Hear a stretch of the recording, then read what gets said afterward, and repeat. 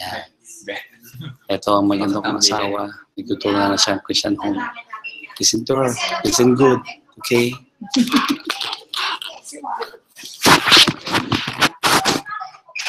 Pasok ko, baby. Pasok ko, baby.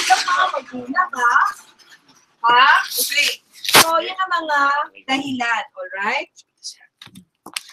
Isa pang dahilan. Older siblings. Kapag ka meron silang kuya o ate na bully. Sige. Dahil ang bully ang kuya, ang ate, gaganti ako sa mga mas maliit sa akin sa school. Diba? Alright? Dito ka ba, anak? Halika rito, dear. Oo. Ito sa'yo. Handout mo yan, ha? Isa na lang ang handout ko. Alright. So, yun. Kapag ka merong kuya, may ate na bully, hulaan nyo. Si kuya, bully. Hindi ako rin bully. At yung sinabi ni Kuya Jimmy, tama. Kasama yun. Ayan, no? Adult role model is a bully. Ayan. Kapag ang magulang ay nakita ng bata na gano'n ang pag-uugali, akala nyo tahimik yan, nagmamasid yan. Kaya nga tayo mga magulang, dapat mag-iingat tayo sa ating inuugali. Kasi, talagang pinapanood tayo ng mga anak natin eh. Kapag ka nakita ng anak natin na, ay si mami ganun, ay si daddy, igagayahin ko. Ganyan talaga. Kaya mag-iingat po tayo, no? Some kids are more aggressive and impulsive by nature. So another reason is that by nature talaga ang personality ng bata ay agresibo talaga. Baka nasa genes. No? Right. Now, may mga implication yan sa mga bata na binubuli.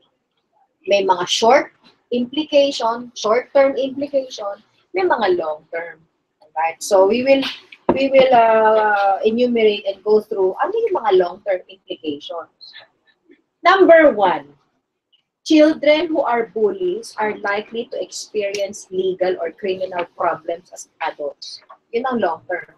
Akala nyo ngayon lang siya bully. Pag yan hindi na correct, pagtanda niyan, posibleng maging criminal yan.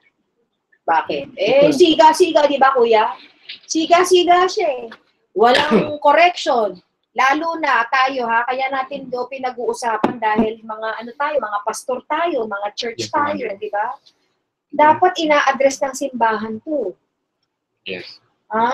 Kasi baka may mga estudyante tayo sa Sunday school, pasaway, nagtataka tayo, bakit tong batang ito, nag-aaral ng Bible, nag-aaral naman, bakit pasaway ito? I-address natin yun, huwag natin i-ignore. Kasi mga estudyante natin sa Sunday school, pag hindi natin nilalagaan yan, baka yan ay maging kriminal. Hindi natin. Okay, so habang hawak natin yung mga bata, anuhin natin sila, no? Talagang pangalagaan at paalalahanan. Number 2, children can carry bullying behaviors into adulthood and experience difficulty in forming and maintaining relationships. So, guess what? If they remain to be bullies, when they get married, yan na. Kanino papasa ngayon yung pagiging bully? Baka si Mrs. bugbugin o yung anak bugbugin. Yan. So, ang nagiging end result nun, wala silang long-term relationship na pati yung yung relationship sa asawa, apektado, relationship sa anak, apektado, ayan na. Parang domino effect na yan. Na pati yung bata, hindi na lumaki sa magandang environment. No? So, may talagang ganyan. Nung maliit, bully to eh. Ayan nangyari. Nung tumanda, ganun pa rin siya sa kanyang family. No? And ano naman yung long-term implication sa mga taong nabubuli? Long-term implication on being bullied. Ano naman, what happens to the victim? They could be bullied. Di ba? Yun ang kanilang magiging result. Sabi dito, children who are bullied perceive school as unsafe places and are likely to miss more days of school than their peers. And as a result, their education is negatively affected. So most of the time, these victims, they refuse to go to school. They don't want to go to school anymore. Why? Because that's the place where they are being bullied. They don't want to see that person. So ano, walang motivation mag-aral. Ayan na yung antukin sa loob ng kwarto. Ayan na yung hindi nakakagawa ng assignment. Ayan na yung tinatamad. Alam mo yun, marami na. Eh kasi bakit? Distracted yung bata. Bakit? May bully dun eh.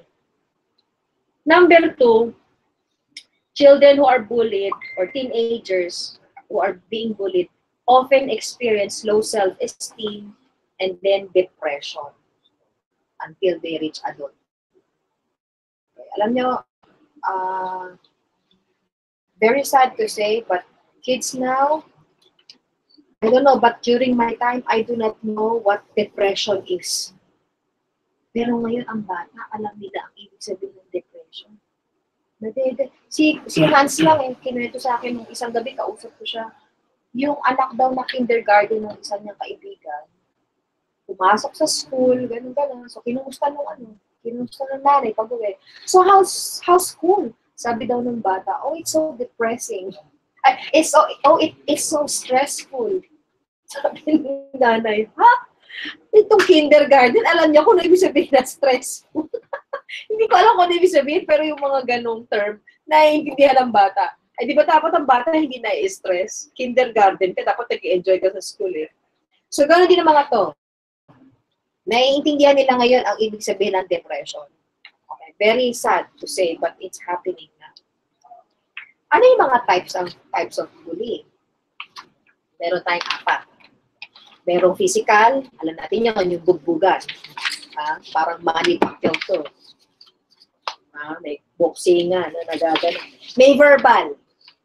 Okay, maaaring they say bad words to you, nagmumura yan, or they say negative things about you, harap-harapan. Social, ito yung, katulad sinabi ko kanina, may chismisang nangyayari. Uy, alam mo yan, si Job, naku, napakasama ng ano niyan, ugali.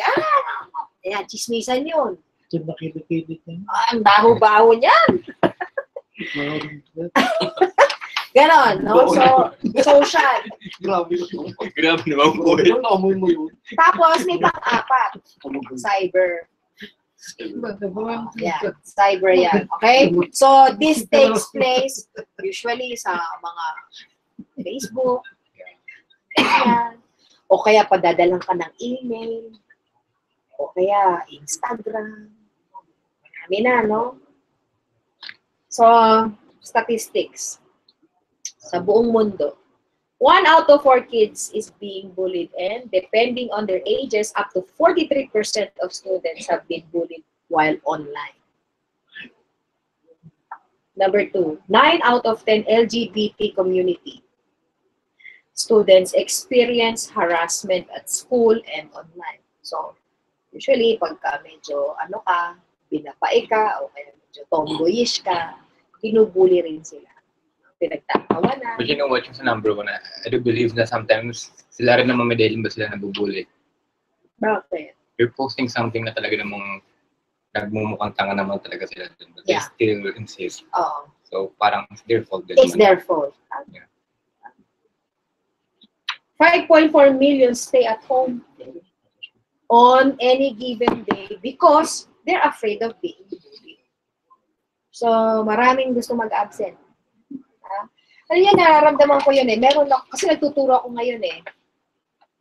Napapansin ko yung mga estudyante ko na medyo, alam mo yan, yung medyo below average. Sige natin. Madalas sila mag-absent.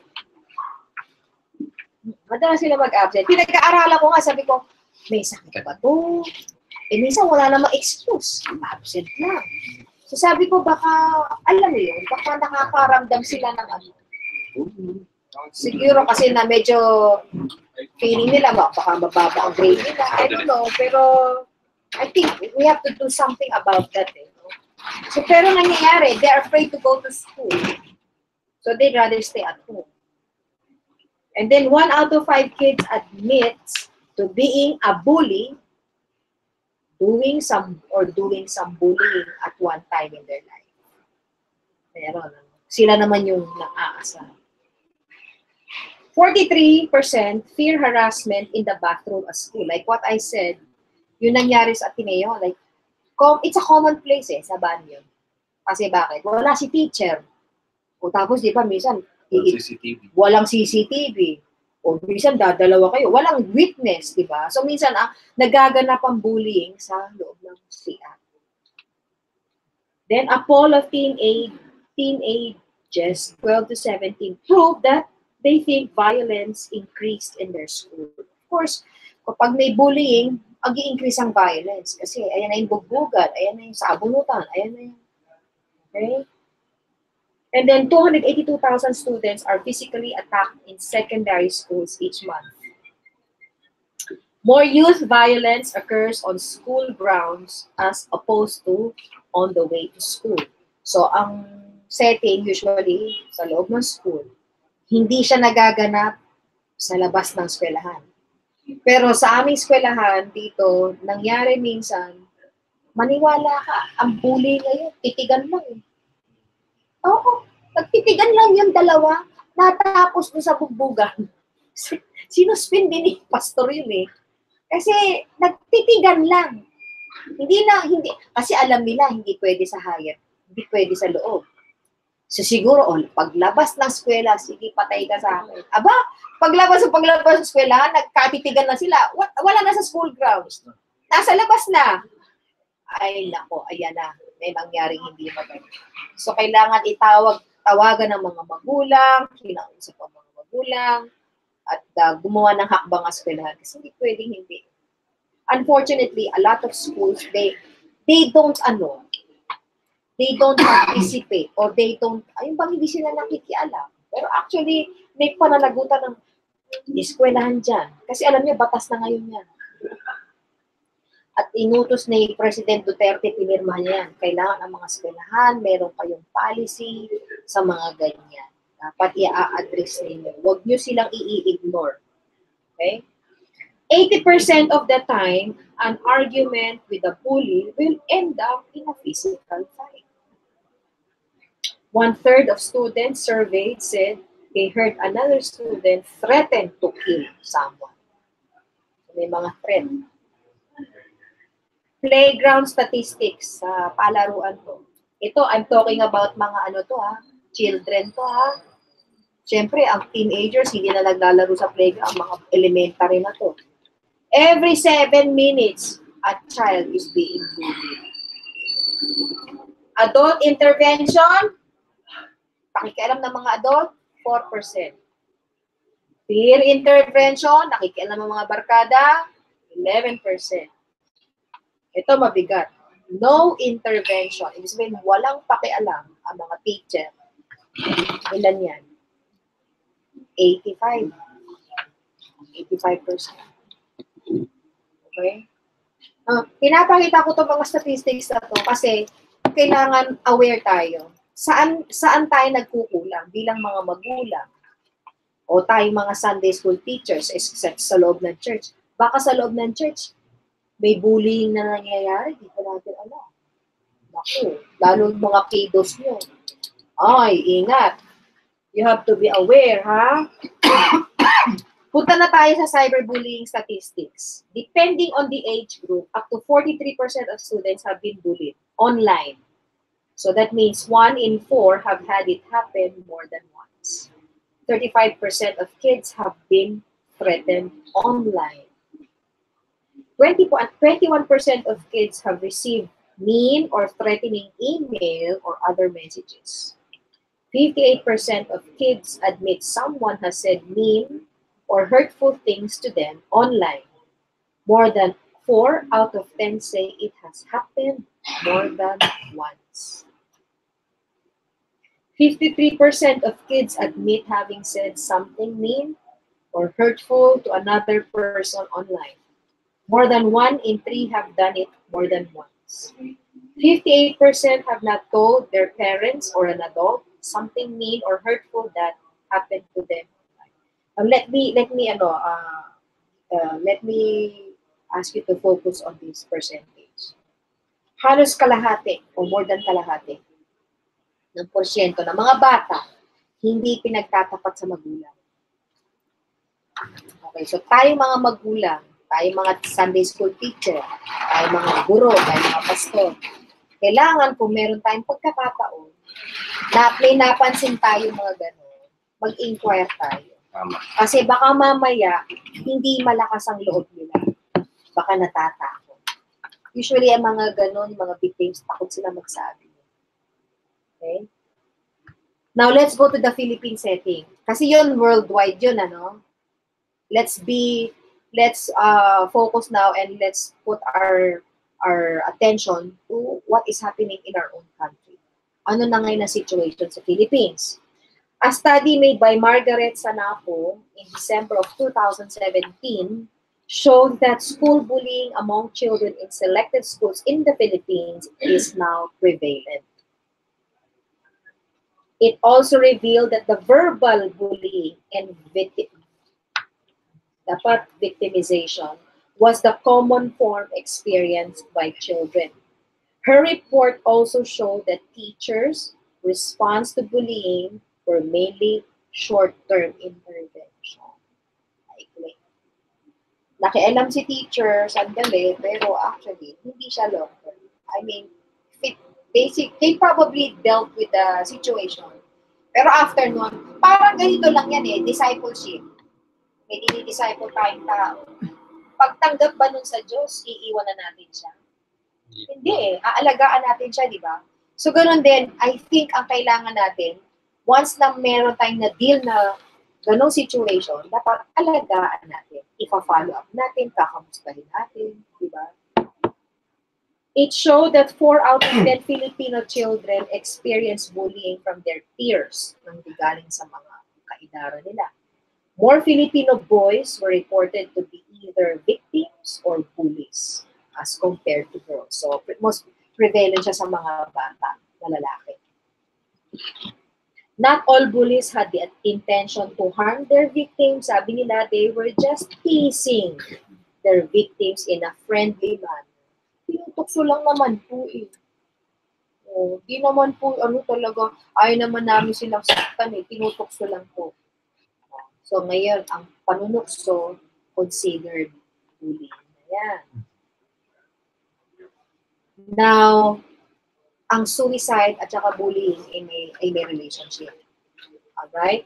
Sabi rito sa CNN Philippines reported on September 11 of 2017 that there are close to 800,000 people who die due to suicide every year. Then in 2017, reported by the World Health Organization, the age standardized suicide rate in the Philippines is between 5.8 for male and 1.9 for male, and 3.8 for both sexes. So ano ibig sabihin nun? Ang ibig sabihin nun, the rate is based on the number of 100,000 people. Sabi doon, according to WHO, suicide is the second leading cause of death among 15 to 29 years old. Pasok ang teenagers doon. And then 78% of global suicides occur in low and middle income. So, ibig sabihin, kasama ang Pilipinas doon kasi we are considered low income country. Okay? So, pasok yung mga teenagers. According to consolidated report of DepEd, bullying cases in the Philippines both in elementary and high school on 2014 rose by 21%, naging ina na. Total 6,363 cases compare with the 5,000. So, tumaas siya. Dati, 2013, ito lang ang cases ng bullying.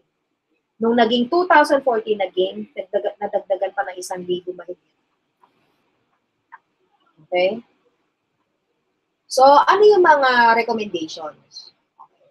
Let's go to the practical solution muna. Okay? Number 1, mag-establish tayo ng campaign na anti-bullying. Okay? I-promote natin yan. And then, skip mo yan. And then, improve yung environment ninyo.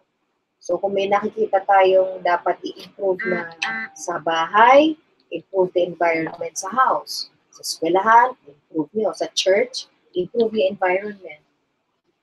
Okay? And then i-assure the victim that change is going to happen. Ibig sabihin, hindi nyo pababayaan and you will not allow that certain boy or girl to bully that victim. Okay? Then i-empower nyo sila. Empower students through programs such as peer counseling, mediation, or conflict resolution. Mamaya pupunta tayo dito. These are just practical and secular based, okay? Wala pa yung Christian ano dito. Wala pa. And then implement classroom curriculum, okay? Bullying behavior should be addressed before it interferes with the health, academics, or learning. And like I said, kapag na-detect, i-address nyo kagad. Huwag ninyong i-ignore. Ha? Huwag nyo i-ignore. Okay? Kasi school yan. Itong mga batang ito, they have to be aware of their rights. Ang mga bata ngayon, may karapatan yan. Baka hindi nila alam. Kaya pinababayaan nilang i-bully sila. So, kailangan alam ng mga anak natin ang rights. Kaya pagka ganun, anak, nabubuli ka ba sa bahay? Alam mo bang may karapatan kang ireklamo sila? Parang ganun. The Philippines have at least 3 national helplines or crisis centers. So, kailangan alam natin ito. Para silang related sa SWS. Di ba yung mga SWS, ganun? Basta bata, basta biktima, SWS, DSWD, DSWD, SWS, ito nasa harap natin. DSWD, di ba pagka merong batang na nabibiktima, nakikialam yung mga yan. Tumutulong sila. DSWD, okay. Pero meron din tayong mga support group sa Philippines na pwede nating lapitan. Ayan, ito yung mga yan. Yung mga foundation na yan. Now, what do we do pag ang anak natin ay sina-cyberbully? What do we do? Cyberbullying na yan, ha?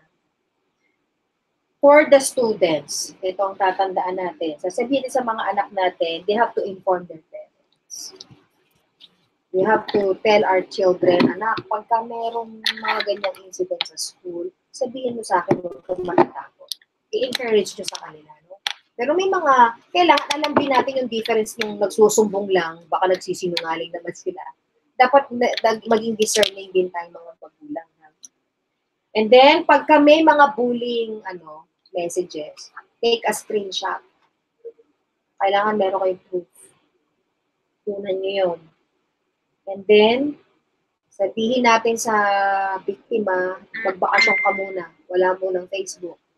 Wala mo ng online. Okay, para mamatay yung issue. And then, ire-report nyo kagad yan sa, kunyari, sa Facebook nangyari. I-report nyo sa Facebook agad. Ireklamo nyo yung taong nambubuli sa anak nyo. And then, if it's necessary, seek legal help. Kailangan nyo kung mag-hire ng abogado, kumuha kayo ng abogado. And then, for victims, report your experience to, ito yung mga medyo malala. Okay? Now, what can parents do? Yun, mga on the part of the students, yun ha. Tayo naman mga magulang, anong dapat natin gawin? If you suspect your child is being bullied, you ask him, you ask her. Number 2, look for warning signs. Number 3, if he or she tells you that he or she is being bullied, listen calmly without getting upset, and then offer your support. Na maramdaman ng anak natin na sinusuportahan natin sila. Huwag natin ipakita na galit tayo kagad, yung nag-hyper. Makinig tayo. Kalmado lang. Then, help him figure out appropriate responses for the bullying behavior. Number 5, contact the child's teacher. Dapat alam ni teacher yun, o kaya counselor, o kaya principal. I-report ko yan. So that action may be taken. How to deal with cyberbullying? Ito, kailangan maliwanag sa mga anak natin ang rules ng paggamit ng internet. Kailangan alam natin na, oops, anak, nag-ano ka na, so lumalagpas ka na yata dyan. O kaya, anak, ano ba yung mga nilalaro ng games? Kasi may mga games ngayon na nakakatakot pala, no? I mean, may mga ano na, pinapasok na yung kaaway. May mga nag-talk dito na pinakita na yung mga games sa hindi na maganda. And then know about your kids' online and cell phone activity. Ask what they are doing and with whom. Teach them to be smart online, not to share personal information or embarrassing pictures. Yan, mag-umpisa ka sa mga picture yan. Tell them to recover or share their password. Not to share their password except with a parent. Encourage them to tell you immediately if they know someone or they know someone who is being tormented, harassed, embarrassed online. Alright, so dun tayo matatapos. Puro ano yung pinakita ko sa inyo, ha? By nature, it's helpful, but at the same time, it's very secular. Okay, so isasara ko na. Tapos na tayo dyan. Muna tayo ngayon dito sa handout natin. Alright, ito, just on your own, basahin nyo to. Madali naman intindihin. But I need you to go to the 3rd page. Alright, bakit concerned ako sa suicide, teen suicide? Kasi alam nyo, nangyayari ngayon yan. Sad to say, maraming mga bata ngayon ang hindi ko maintindihan pero hindi nila makayanan ang pagsubok. Ang bilis nilang mag-isip na gumawa ng mga bagay na nakakala nila para bang gusto ko na matapos to. Suicide na. So ngayon, didiscuss natin ng maikli lang naman, ano ba yung mga causes ng teen suicide? Okay? Sabi dito, according to a study, more than 90% of teens who attempted suicide said little or no parental care and understanding led them to take this extreme step. Napaka-importante natin mga magulang sa mga anak. Ano po, pagka naramdaman ng anak natin na wala tayong, we don't care, we don't love them, when they are faced with a certain challenge, ayun na, nakakaisip sila. Tsaka nakita niyo yung statistics, 90%. Ang dami nun. Halos 100% pa. And then, adolescence has always been a period of confusion. Nangyayari yan. With varying temperaments where teens have to deal with academic, yan, minsan problema sa school, social, individual pressure, alright, etc., etc. Now, let's go to the causes of teen suicide. Puntahan natin na. Ano yung number 1? Ano yung naka-underline dyan? Basahin mo nga, Tim. Genetics and family history. Basahin mo yung paragraph na yun. Most of the time, a history of suicidal tendencies in the family or an attempted suicide may be responsible for teen suicides.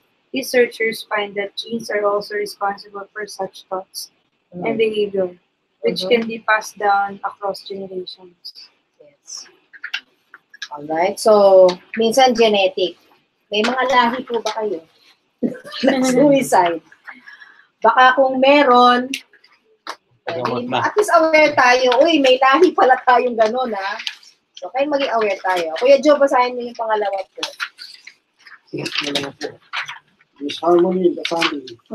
Major fights in the family and divorce of parents can emotionally drain the child. She may not be able to accept or balance the situation, leading to depression. Ayan. So, pag merong away, ang magulang, yan, merong, may mga natidrain daw ang mga bata. Hindi nila kaya, no?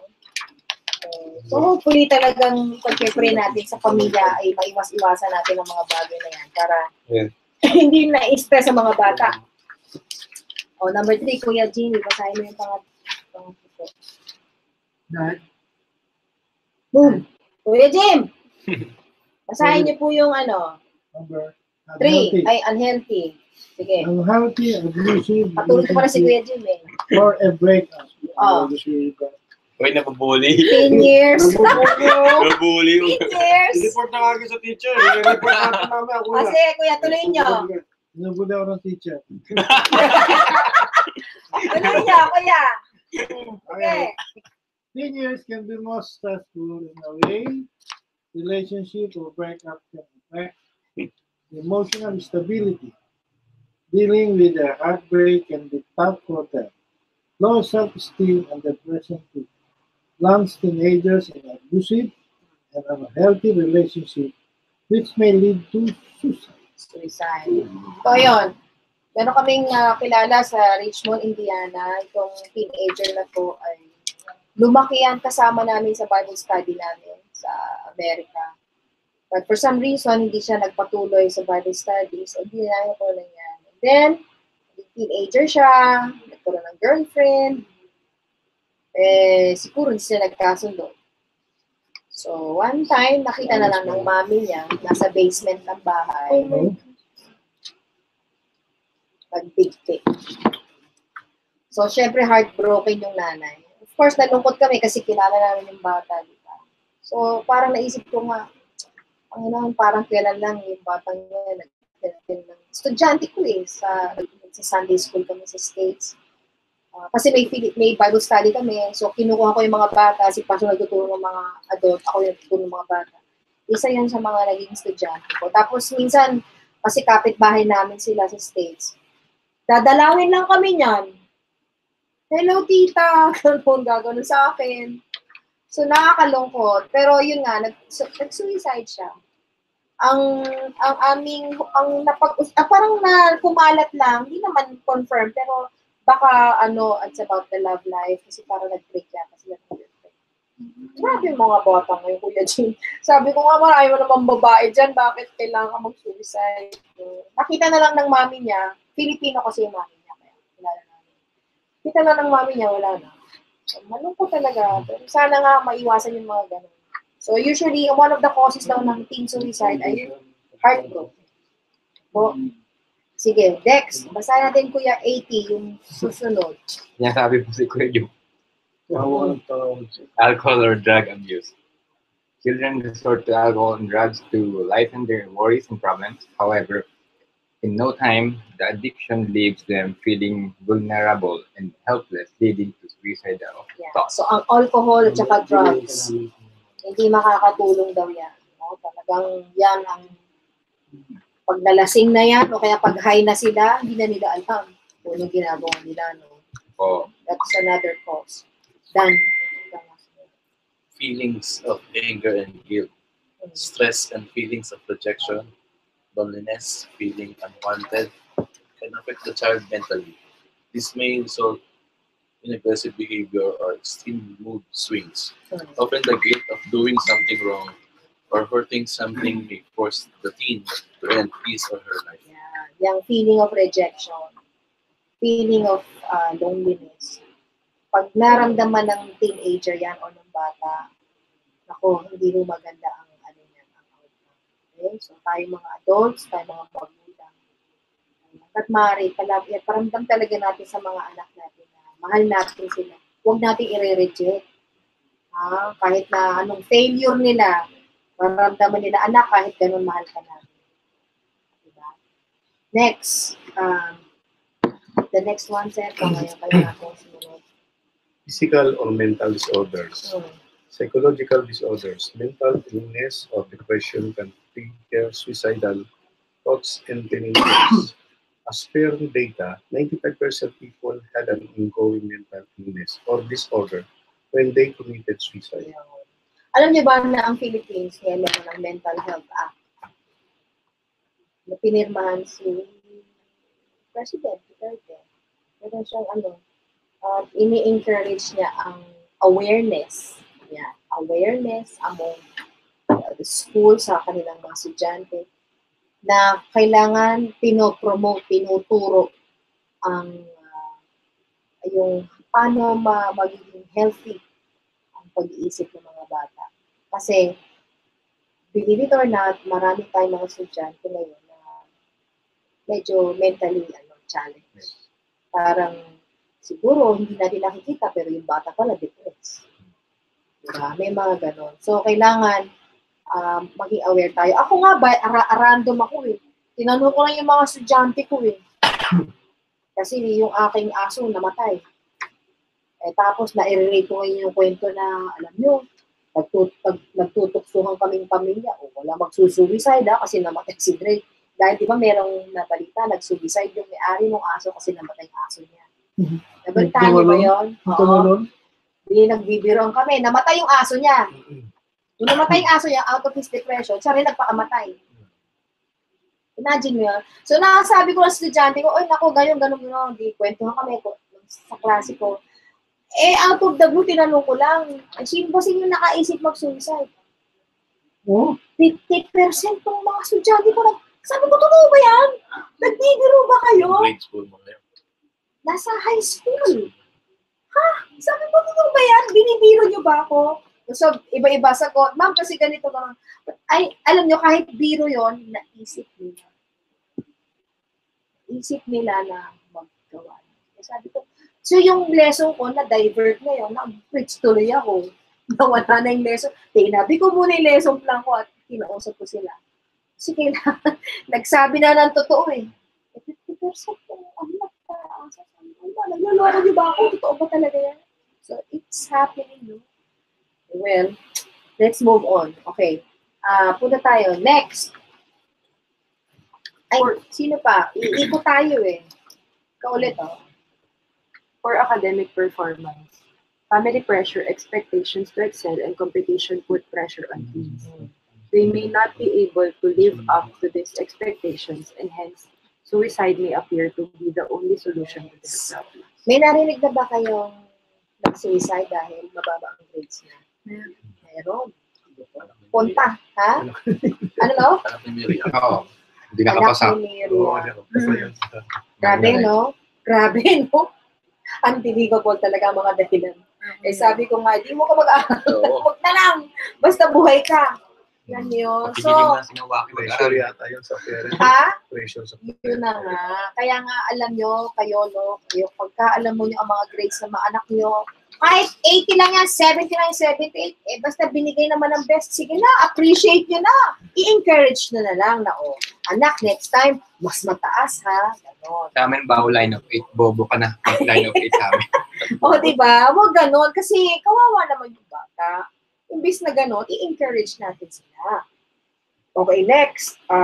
Balik tayo ulit. Kuya Jimmy. Sibling. Pagano na nga kasi. Oy, nabubuli ka ng teacher, oh. Dinereklamo ko daw kay Pato Raymo, no? Okay. Sige, kuya. Hindi, pag gano'n kasi katatapos sa Okay, sige. Okay, the introduction of a new member of the family may not be taken sportingly with the child. Sudden shift of love and care towards the sibling may not be taken positively by the child.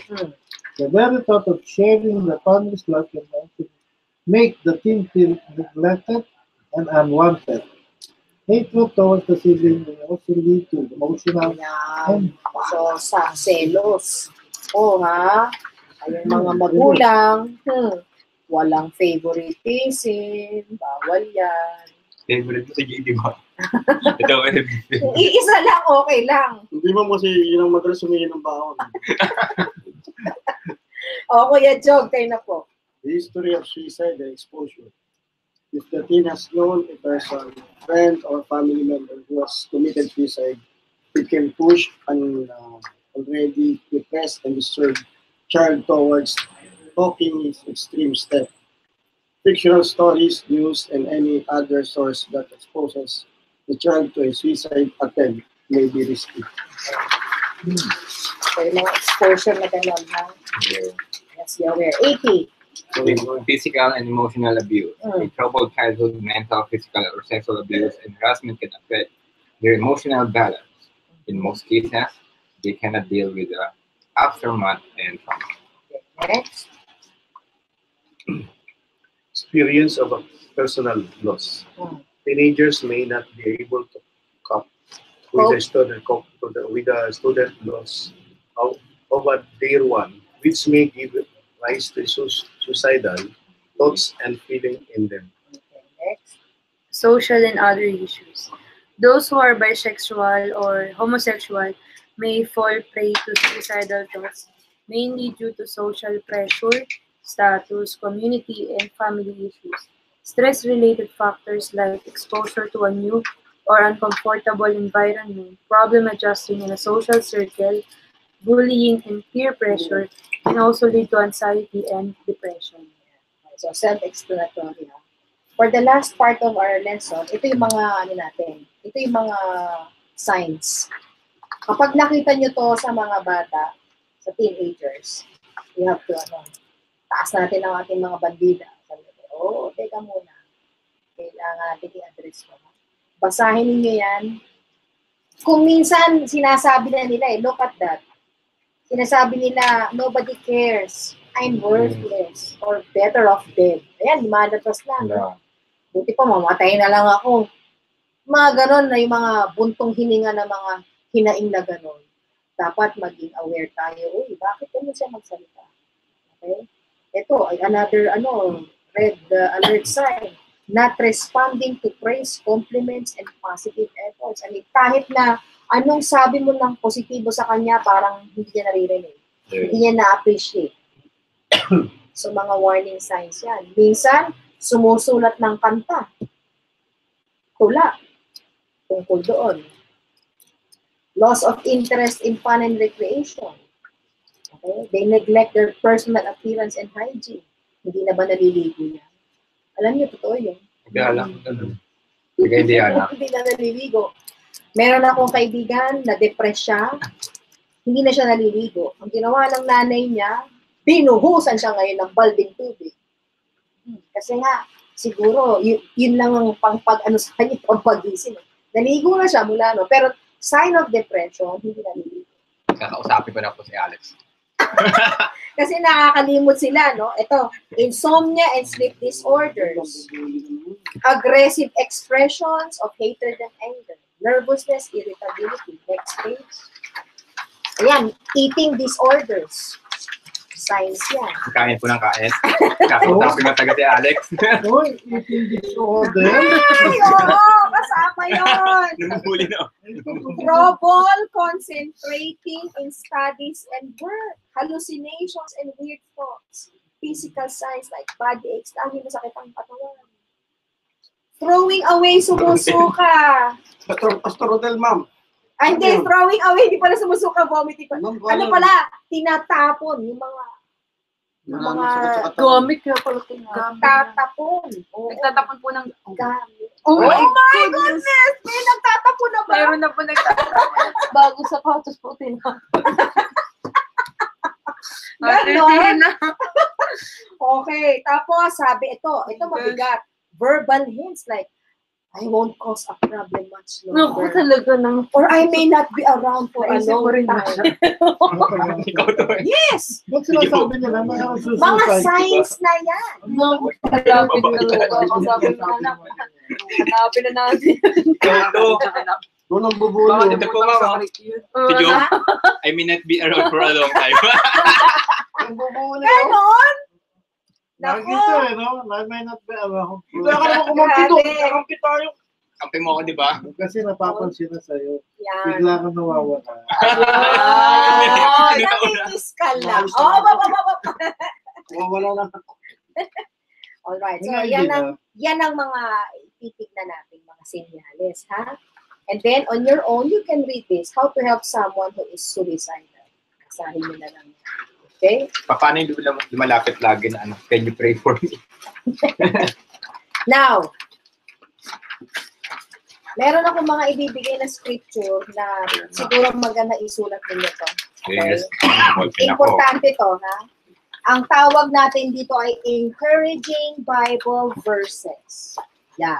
Kapag meron tayong mga hinaharap na mga counseling, meron tayong mga estudyante, may mga anak tayo siguro, sana wag sa anak natin, pero kung mangyari man, ito ang mga verses na pwede nating basahin sa kanila, pagbulay-bulayan, para naman ma-encourage yung ating mga estudyante, mga anak o mga kaibigan, ha?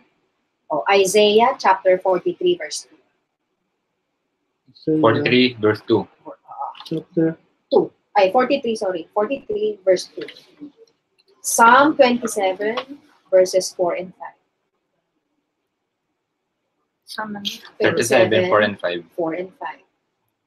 Psalm 33, verses 18 to 20. Psalms 33, 18 to 20. verses 18 to 20. Psalm 23, verse 4. 23 verse 4. 1 Corinthians chapter 2, verse 9. Chapter 2, verse 9. verse 10. 9. Ang bubuli Next. talaga eh. Isaiah 25, verse 8. 25 verse 8. Next, Matthew 28, 20. 28, 20. Next, number 8, Psalm 56, 11. 56 verse 11. Number 9, Isaiah 58, verse 11. 58 verse 11. Next, Joshua 1, 9. Joshua 1, 9.